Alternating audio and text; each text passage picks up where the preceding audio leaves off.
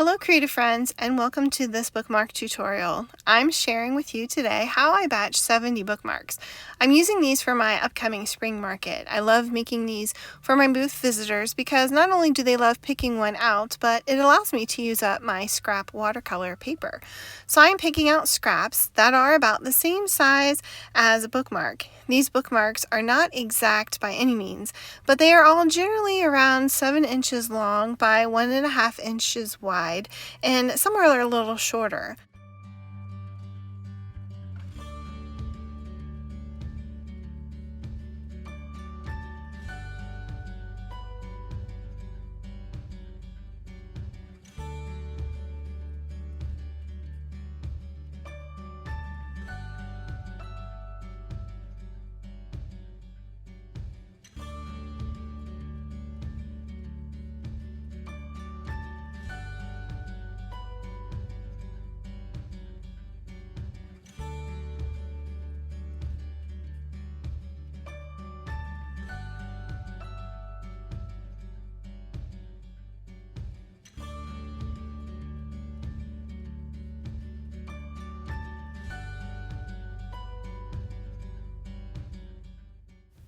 I cut them down to size as close as possible.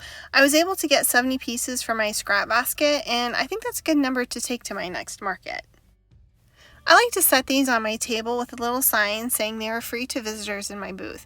I hope this delights visitors. I enjoy interacting with customers, and I love being able to give something knowing that not everyone is able to make a purchase, but they can walk away with a little piece of hand-painted art. At least in theory, that's how I'd like it to work. I was a little discouraged at my last Christmas market this time around because one of my bookmarks was found trampled on the floor and returned with boot prints. I guess as long as I feel people appreciate the gesture and handle them with care, I'll continue to make them for our guests to our booth. I know most people who would take them will appreciate the work that goes into them. I'm making these flowers today to look like hyacinth, with a little nod to spring, choosing purples and blues. I first apply a base layer by dabbing using an 8 or 9 sized round brush onto my paper in the shape that is a little elongated and rounded at the base. I think these bookmarks would be super cute for book club gatherings, spring luncheons, bridal showers, baby showers, or even for other makers to create and use in their booths as little giveaways. They could also be sold at markets. I don't sell bookmarks as I prefer to stick to my card selections, but they would be a great offering.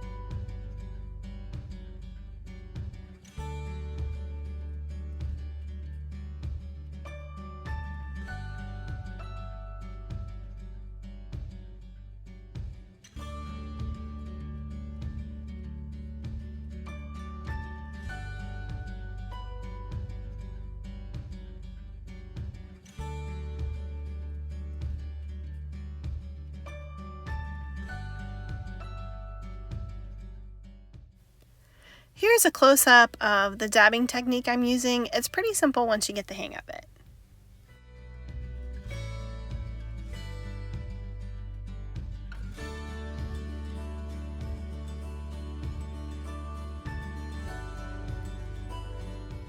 I let this base coat dry for a bit before I add my second layer.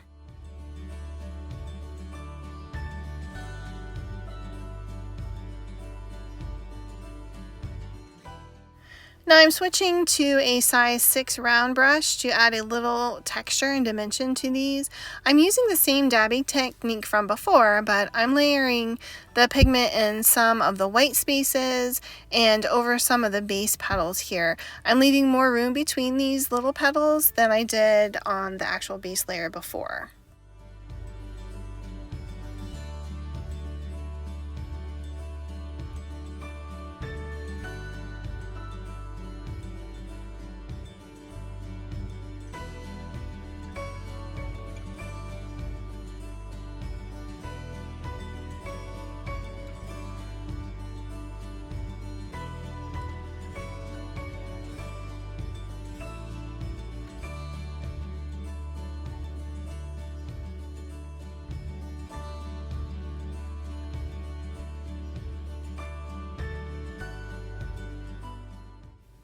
I find batching these to be very relaxing once I get into the rhythm, and the repetitive nature of making multiples allows me to become more efficient and really get the feel of how the paint will lay and spread. Once this batch is dry, the next step is to add the stem and leaves.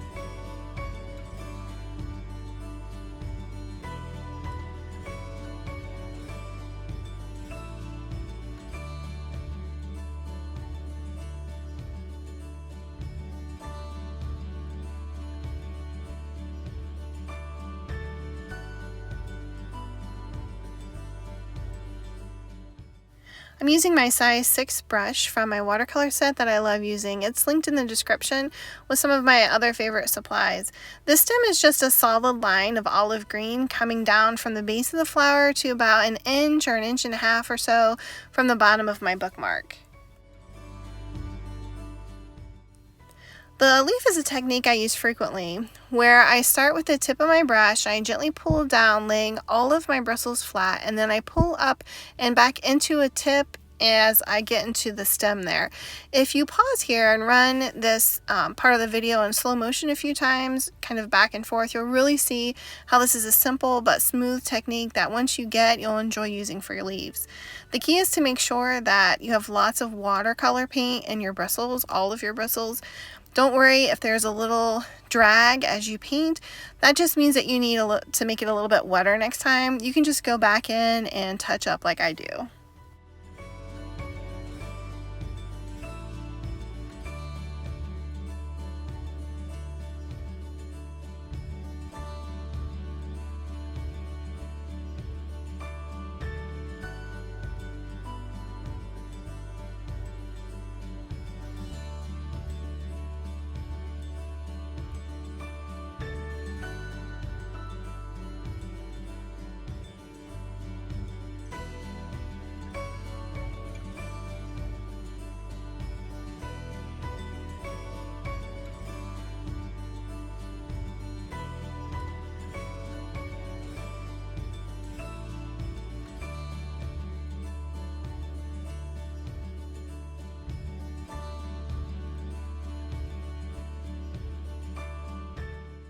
There is something about repetitive tasks that I often find soothing and satisfying. Hole punching is one of those tasks that I do not mind to do. So punching 70 of these takes a little bit of time, but I don't mind. I just put on a podcast or YouTube video and punch away.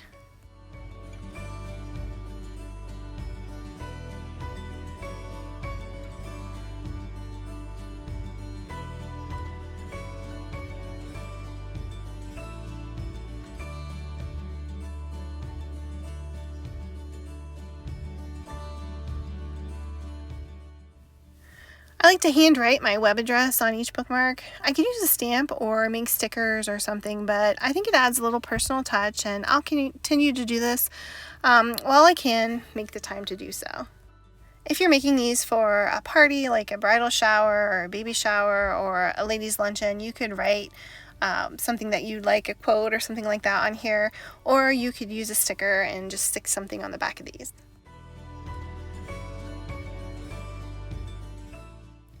The final touch is to add a little ribbon, and then these little cuties will be ready to go out into the world to be tucked into wonderful books.